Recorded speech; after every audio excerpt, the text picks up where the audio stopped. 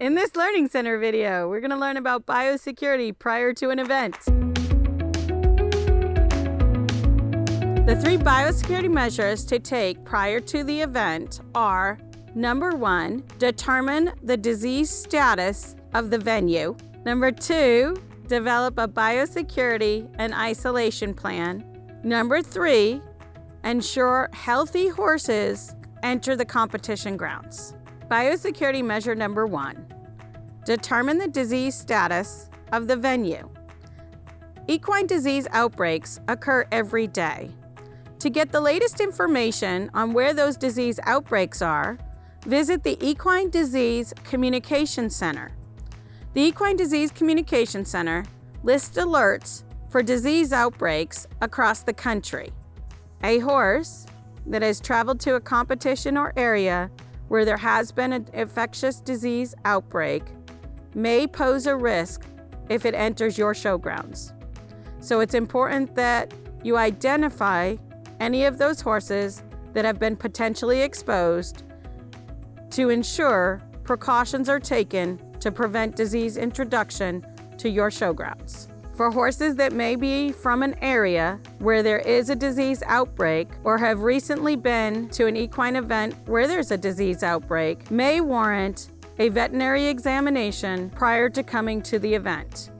That veterinary examination shall take place 3 to 5 days in advance of your event to make sure the health status of those horses is good to enter your showgrounds. Biosecurity measure number 2 is the development of biosecurity and isolation plans. As the old saying goes, failure to prepare is to prepare to fail. Planning to implement biosecurity measures at an equine event must occur in advance of the event. Planning out your needs and what you will do to respond to certain risk factors is important. A biosecurity and isolation plan is basically making the decision of how you will respond to protect your horse if an infectious disease enters the showgrounds and exposes your horse. So what will you do if equine herpes or influenza is identified at the showground? Planning in advance will help protect your horse, as a timely response is critical to ensure the health of your horses. The horse owner's goal is to limit exposure. There are 5 principles to keep in mind to limit the exposure to pathogens.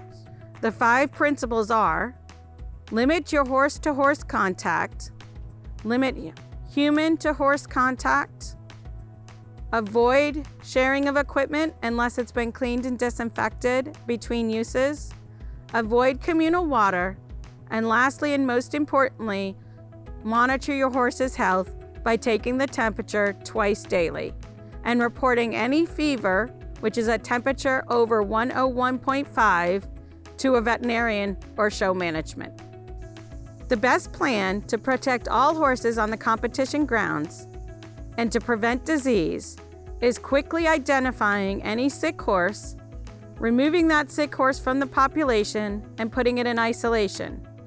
These steps are critical to protect the health of the horses on the competition grounds. Therefore, a plan prior to the event of how these things are going to happen is critical. The owner's biosecurity plan includes how they will monitor their horses while on the competition grounds.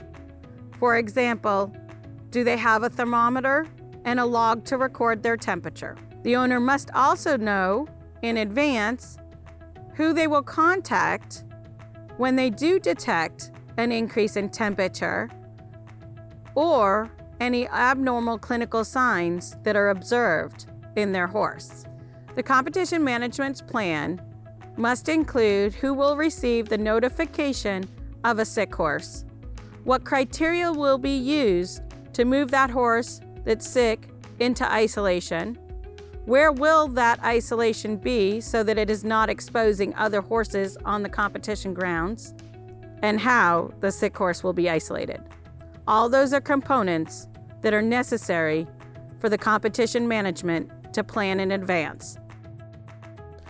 Biosecurity measure number 3 prior to the event.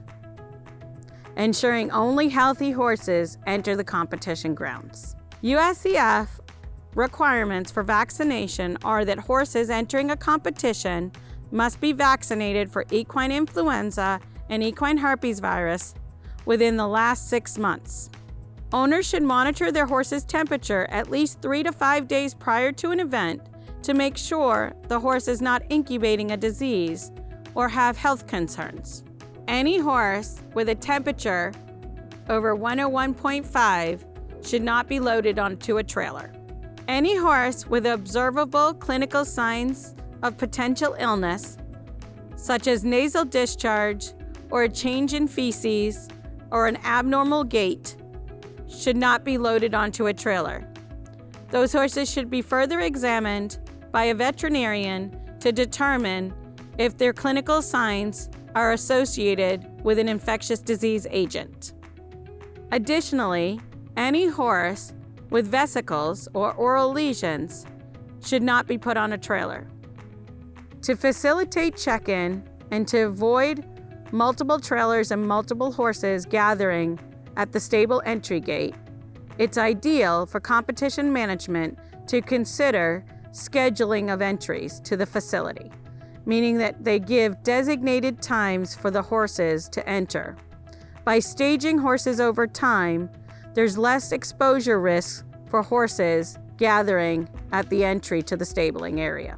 It's critical to ensure that only healthy horses are entering the competition grounds. So horses unloaded and entering the stable should appear healthy, and the owner should attest to no temperatures above 101.5 in the preceding 3 to 5 days.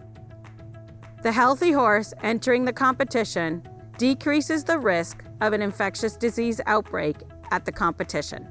So you have looked at the EDCC, or the Equine Disease Communication Center. There's no diseases in the geographic area of the venue. There are no horses that have attended events that have been potentially exposed to a disease agent. Now you have your biosecurity and isolation plan ready to go and communicated to all parties. Your horse is healthy. You have all your paperwork. You put your horse on the trailer and you arrive at the showgrounds at your scheduled time. Biosecurity prevention starts at home with all of these steps.